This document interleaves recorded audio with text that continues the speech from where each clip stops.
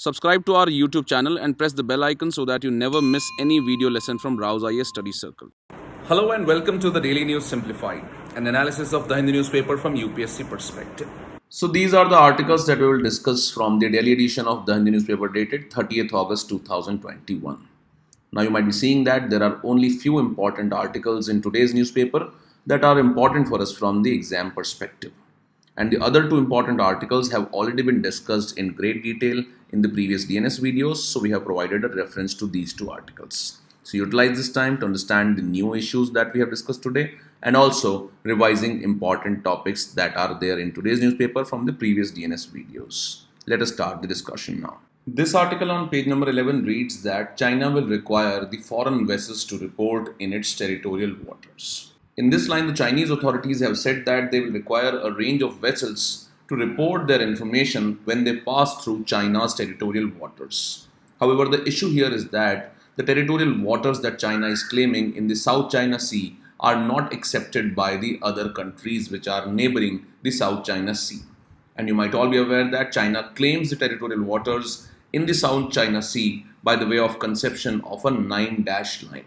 So let us try and understand this issue in detail as to what exactly is happening and why is this a cause of concern. Second, we will look at the 9-dash line conception and the map of that. And finally, what are the relevant provisions in the United Nations Conventions of Law of Sea. And last but not the least, we'll look at some important terms like territorial waters, what is meant by innocent passage, and also the geopolitics of South China Sea. So let us look at all these issues one by one. So according to this notification by the Chinese authorities, all the marine vessels that will pass through the territorial waters of China will have to report the information to the authorities. But the issue here is that China claims most of the South China Sea as its territorial waters based on the concept of 9-dash line. So if you look at the map of South China Sea, you will find that China claims that all the part of the South China Sea is a part of the territorial waters of China according to the UN clause. And this is what China thinks. And this blue dashed line that you see on your screen is the 9-dash line. And that is why China claims all of this part of the South China Sea as being the territorial waters of China. However, the same areas or the same part of the sea is also claimed as their territorial water by other neighboring countries like Vietnam, Malaysia, Philippines, etc. So the 9-dash line is deemed by most countries as being inconsistent with the United Nations Convention on Law of the Sea. And this convention, as we all know, provides the right to establish a territorial sea up to only 12 nautical miles. Further, within these territorial waters or the 12 nautical miles, the vessels of the other countries enjoy the right of innocent passage through these territorial waters. And that is why this requirement by the Chinese authorities is being seen as inconsistent with the provisions of the UN Convention on Law of Sea. Because this concept provides that ships of all the countries enjoy the right of innocent passage through the territorial waters. And biggest cause of concern here is that almost $5 trillion global trade passes through the South China Sea. And about 55% of India's trade passes through the South China Sea and the Malacca Straits. So you can see that this is the Indian Ocean and about 55% of India's trade passes through this Malacca Strait through the South China Sea. So the first cause of concern is the wrong conception of territorial waters by China based on the 9-dash line. Second issue is that even within the territorial waters, the countries or the ships of the countries enjoy the right of innocent passage. And third is the concern that almost $5 trillion global trade passes through the South China Sea, and for India, about 55% of its trade passes through the South China Sea. And these are some of the issues related to this conception of 9-dash line by China and also the requirement of China under this new notification to report the ships that are passing through the South China Sea. Then this brings us to the next important issue as to what is meant by the territorial sea under the United Nations Convention of Law of Sea. So territorial sea is defined by this UN Convention on Law of Sea, and it is a belt of coastal waters that extend at most 12 nautical miles or 22 kilometers or 14 miles from the baseline of the coastal state. So in this map, if you see that this is the land of the coastal country, then up to 12 nautical miles is considered as territorial sea. And this is sovereign part of the coastal state. That is, all the laws of this particular state are applicable in the territorial sea. And beyond this 12 nautical miles is a zone that is known as contiguous zone. And from the 12 nautical miles till up to 200 nautical miles from the baseline, exclusive economic zone has been conceptualized.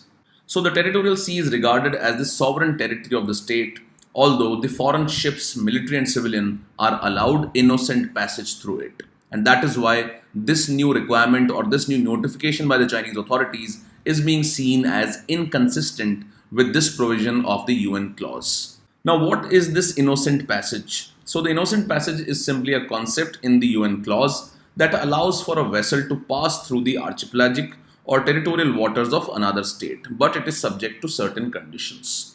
So, according to the UN clause, Article 19, it defines innocent passage as passage that is innocent so long as it is not prejudicial to the peace, good order, or security of the coastal state. And such passage shall take place in conformity with this convention and with the other rules of the international law. And that is the requirement by the UN clause. So, innocent passage of ships through the territorial waters that are not prejudicial to the peace, good order, and security of the coastal states has been allowed under the UN clause. And that is why this notification by the Chinese authorities is being seen as inconsistent with the provisions related to innocent passage. So, this is an important concept that we needed to know and why it is being objected and what are the concerns related to this. Now, after this, let us look at the geopolitics of South China Sea, which is exactly a very important topic for us from the international relations in the general studies paper 2. Let us look at these aspects now. Now we note that Indo-Pacific in general and South China Sea in particular has recently emerged as the geopolitical center of gravity. And the importance of South China Sea lies in the 1/3 of the world trade which transits through this sea. Further, it has rich oil and natural gas resources, and it accounts for about 10% of the world's fishery. However, this South China Sea has recently become a region of contestation among the coastal states which surround it. So, as you can see in this map, the location of South China Sea and the countries which are surrounding this South China Sea. So, mainly it is surrounded by China, Vietnam, Philippines, and various other countries. And accordingly, all these countries have been asserting their rights in the South China Sea's waters. However, it is the China which has asserted itself to be the most important power in the South China Sea. And it has claimed about 90% of the area of South China Sea with its conception of the 9-dash line. So in this map, you can see that China has asserted its rights on 90% of the South China Sea by conceptualizing this 9-dash line. So it covers mainly the 90% of the South China Sea region. Further, besides China, the United States of America has increased its military presence in the region under the concept of freedom of navigation operations. And it has done so in order to enforce the rule-based navigation of high seas, which is in accordance with the UN Convention on Law of Seas. And the principle of freedom of navigation under the UN clause provides for free movement of vessels in the high seas. So this has increased the military presence of United States of America in the South China Sea. Now, besides these military powers, Japan has also asserted its rights as a result of the disputed Senkaku and Diaoyu Islands. Further, the Philippines, Vietnam have emerged as regional players and they have asserted their rights in the Spratly and the Paracel Islands. So in this map, you can see all these important locations which have been contested amongst various countries. So for example, the Pratas Island, the Paracel Island, the Spratly Islands, the Scarborough Shoal, and the Senkaku and the Diaoyu Islands. So all these locations are important for us from the preliminary examination point of view. Now, besides these contested islands between different countries, there are other players which include Malaysia, Indonesia, and Brunei. Now, what is the power game that is going on in the South China Sea? So we see that Indo-Pacific has emerged as the center of gravity of geopolitics, and the United States of America has increased its presence in region both in terms of economics and the military presence. Further, China in the past decade has challenged the hegemony of US in the region by asserting its dominance through the 9-dash line, claiming the South China Sea to be its territorial waters. And China has also increased its military presence, which has resulted in confrontations with the littoral states like the Vietnam, Philippines, Malaysia, etc. Now, in this background, various concerns have been raised regarding the future of Indo-Pacific region because of the transformation of relationship that is going on between US and China because of the assertion of China in the South China Sea. Further, the Chinese assertion is visible in its ballistic missile tests which were conducted recently in the South China Sea. Now, due to the impact of COVID-19, US might reduce its presence in the South China Sea, which will further embolden China's intentions. So, in this power game that is going on between South China Sea and the transformation in the power game which is being witnessed because of the COVID-19 pandemic in this sea, let us look at its relevance for India. Now, India and Southeast Asian countries, mainly which are part of the ASEAN, have always treated the South China Sea as a global common. And accordingly, the Chinese claim on the South China Sea as its territorial waters does not stand the scrutiny of the global commons. Further, it has acted as an important sea lane of communication historically, and India had its trading presence from Kedah in Malaysia to Guangzhou in China. Further, we note that India's trading relationship and partnership with the ASEAN countries has been increasing. So, in this background, the security of South China Sea is very important for India's interests. And we note that nearly $200 billion of our trade passes through the South China Sea. And also, many Indian citizens study, work, and invest in ASEAN countries as well as China, Japan, and Republic of Korea. So, in this background, it can be clearly said that we have stakes in the peace and security of this region in common with the others who reside this region. And as such, the freedom of navigation as well as other normal activities with the friendly countries are essential for our economic well-being. Now, some of the points that we have discussed here have been highlighted by a former diplomat of India. And he further says that regional arrangements will become even more important for our economic recovery and rejuvenation due to the COVID-19 pandemic. And if India intends to think global and act local, India has to be part of the global supply chain in the world's leading growth region for the next half century. And for this, India needs to play a proactive role in regional arrangements like the Regional Comprehensive Economic Partnership. And because the value of such agreements goes beyond the economic gains that they generate for India or the region. So this means that India needs to be a part of the various regional arrangements, and they can be very important for India in pursuing its interests in the region, and especially in the South China Sea, which is a very important region for India from its security, both economic as well as territorial. Now, this article on page number 1 is related to the National Monetization Pipeline that was launched by Government of India recently. And this has been launched in order to raise rupees 6 lakh crores during the next 4 years between 2022 to 2025. And this step is being seen by the Government of India as a measure to improve its finances so that it can invest further in new infrastructure projects. But for the success of this National Monetization Pipeline, the government will have to attract investors. In this line, Niti Aayog has provided certain suggestions and recommendations to attract more investors into the National Monetization Pipeline project. Let us look at key aspects of the NMP, how it works, which all trusts will invest into the NMP, and what are the recommendations by the Niti Aayog in this line. Let us look at these aspects one by one. Now, the first step here is to understand how this NMP works, or the National Monetization Pipeline would work. So in this regard, the government would first identify already created assets such as national highways, railway lines, power transmission lines, pipelines, etc.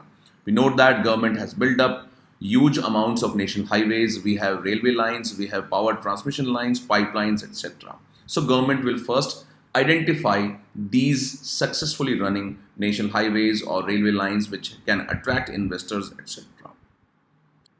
Now, since the projects are already complete, that is why they are known as brownfield projects. You might be knowing that new projects are termed as greenfield projects. That is why the government will first identify the brownfield operational assets such as national highways, airports, railway lines, etc. And in this line, after identifying these assets, the government will lease these projects to the private sector for a certain duration of time. For example, if a highway has already been constructed, the government will lease that highway to a private company in order to operate the tolls on these highways. And through these tolls, the company will also have to improve or invest on the maintenance of that highway. But in order to get the lease of this highway, the company will have to provide some lump sum amount to the government of India. And that is how the government will raise money. So after the identification of brownfield assets or brownfield operational assets, the government will attract private investors, and the investors in these projects are known as real estate investment trusts or the infrastructure investment trust. So if the investment is being done in some real estate project, then of course it will be termed as REITs or the REITs. And if the investment is being done in infrastructure projects, it will be termed as InvITs. So this is how the government will first identify brownfield operational assets and raise money via investments by these REITs and the InvITs. Now these real estate investment trusts and the InvITs themselves attract money from the retail investors, institutional investors and foreign investors in a manner similar to way in which mutual funds also attract investments. And after getting the lease of the projects from the government of India, which are already functional and attracting investments, these funds or trusts will operate, maintain the project and collect revenue. They will also invest in new national highway projects. They will invest in government securities, etc. And that is how they will earn some amounts of profit. And this profit will then be distributed amongst the investors. So this is how this whole cycle of investment would work in the national monetization pipeline. Now, after understanding the process of functioning of this national monetization pipeline, let us try and understand what are these real estate investment trusts or the infrastructure investment trusts. Now, the REITs or the InvITs are sometimes compared with the mutual funds. And we note that a mutual fund is a company that pulls in money from the retail investors and then it invests that money in the financial market in the form of shares, bonds, or debentures. And the profit that is earned by this mutual fund is then distributed amongst the investors. So in a similar manner, the infrastructure investment trust and the real estate investment trust also operate, as we have seen that it attracts investments from the retail investors, institutional investors as well as foreign investors. And after attracting the investments, these trusts then invest that kind of money in the infrastructure projects like the roads, ports, airports, etc.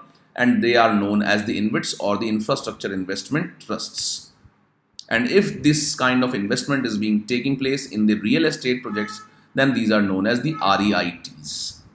Now, once the money is invested in these projects, the company will earn some kind of profit. And then from that profit, the company will then distribute amongst its investors in the form of dividend. What is the present situation of the REITs and InvITs in India regarding their regulation, etc.? So you should note that the REITs and the InvITs are regulated by SEBI. And SEBI has notified detailed guidelines to regulate their working. So you just need to know that the REITs, the InvITs, etc. are regulated by SEBI and not by the Reserve Bank of India simply. This brings us to next important issue as to what are the recommendations of Niti Aayog in this regard. Let us look at these recommendations. Now what happens is that presently the Securities and Exchange Board of India has laid down certain restrictions on insurance, pension funds and mutual fund companies regarding how much money they can invest in such REITs or the InvITs. So in this regard, for example, you see the insurance fund companies cannot invest more than 3% of their money in the REITs or the InvITs. So these are some kind of restrictions that are presently imposed by the Securities and Exchange Board of India. Now, because of these restrictions, there are lower limits, and these limits make it difficult for the REITs and the InvITs from tapping long-term finances from these institutional investors. So in this regard, in order to facilitate these trusts for attracting investments through the institutional investors, the Niti Aayog has recommended that there is a need to enhance the investment limit to mobilize more money from these institutional investors. So first recommendation is regarding increasing the investment limit from the presently imposed restrictions by the Securities and Exchange Board of India. Second recommendation of the Niti Aayog is regarding the tax benefits. So in order to encourage the participation of the retail investors, the government should consider providing income tax benefits for the retail investors for their investments in the REITs or the InvITs. And that is how, by providing these tax incentives, the retail investors will start investing in the REITs and InvITs, because that is very important for the success of the national monetization pipeline. Third important issue is that the REITs and the InvITs are not presently under the Insolvency and Bankruptcy Code. In this regard, these trusts can issue bonds to raise money from the market. However, they do not come under the IBC or the Insolvency and Bankruptcy Code. And accordingly, the biggest cause of concern here is that in case of default by these REITs or InvITs because of any particular reason, the lenders cannot take their recourse under the Insolvency and Bankruptcy Code. And such a restriction may discourage the investments in the REITs and the InvITs because the investors will not find their investments to be safe in case these trusts default. So, in order to encourage the investments, there is a need to bring the REITs and the InvITs under the Insolvency and the Bankruptcy Code. So, these are the three recommendations or the suggestions of Niti Aayog for attracting more investments and making the investments by REITs and InvITs successful in the national monetization pipeline, which will ultimately help the government of India in raising its target of 6 lakh crore rupees in the next 4 years. So these are few recommendations and these are some aspects of the NMP and how the REITs and the InvITs work. With this, let's take up the next news article now. This editorial on page number 6 talks about the classical debate of infrastructure development and eco-conservation, especially in ecologically fragile regions. And accordingly, this article highlights that there is a need for caution regarding the development of hydropower projects in the state of Uttarakhand, which is a tectonically active zone. And such infrastructure projects should also factor in the tectonic activity of this particular region. And in yesterday's DNS, that is on 29th of August 2021, Vaibhav sir has discussed this topic in quite a detail. That is why are hydropower projects in Himalayas risky. So you can go through this DNS and revise from this DNS the details of the risks associated with hydropower development or hydropower project development in the Himalayan region because of the tectonic activity that is there.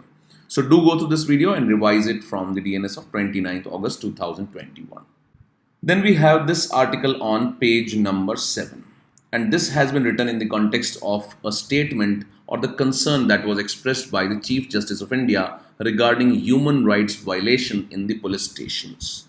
Now, the statement given by the Chief Justice of India is an old one, and accordingly, the articles keep on appearing in the newspaper regularly regarding these important statements that are made by the CJI. And particularly, this statement was important because this was related to the police stations and the human rights abuse. And we already know that the Indian police system has not witnessed major reforms that have also been recommended by Supreme Court at times. In this regard, in the DNS of 19th August 2021, Naved sir has discussed this issue of making the police more human rights centric or the police that we need. And accordingly, in that DNS, this statement by the Chief Justice of India was the basis of the article that appeared in the newspaper. And various aspects of this particular issue regarding human rights violations in the police stations has been discussed in quite a detail in this DNS of 19th August 2021 by Naved sir. Do go through this DNS and revise important aspects from these two last DNS videos where both these issues have been covered.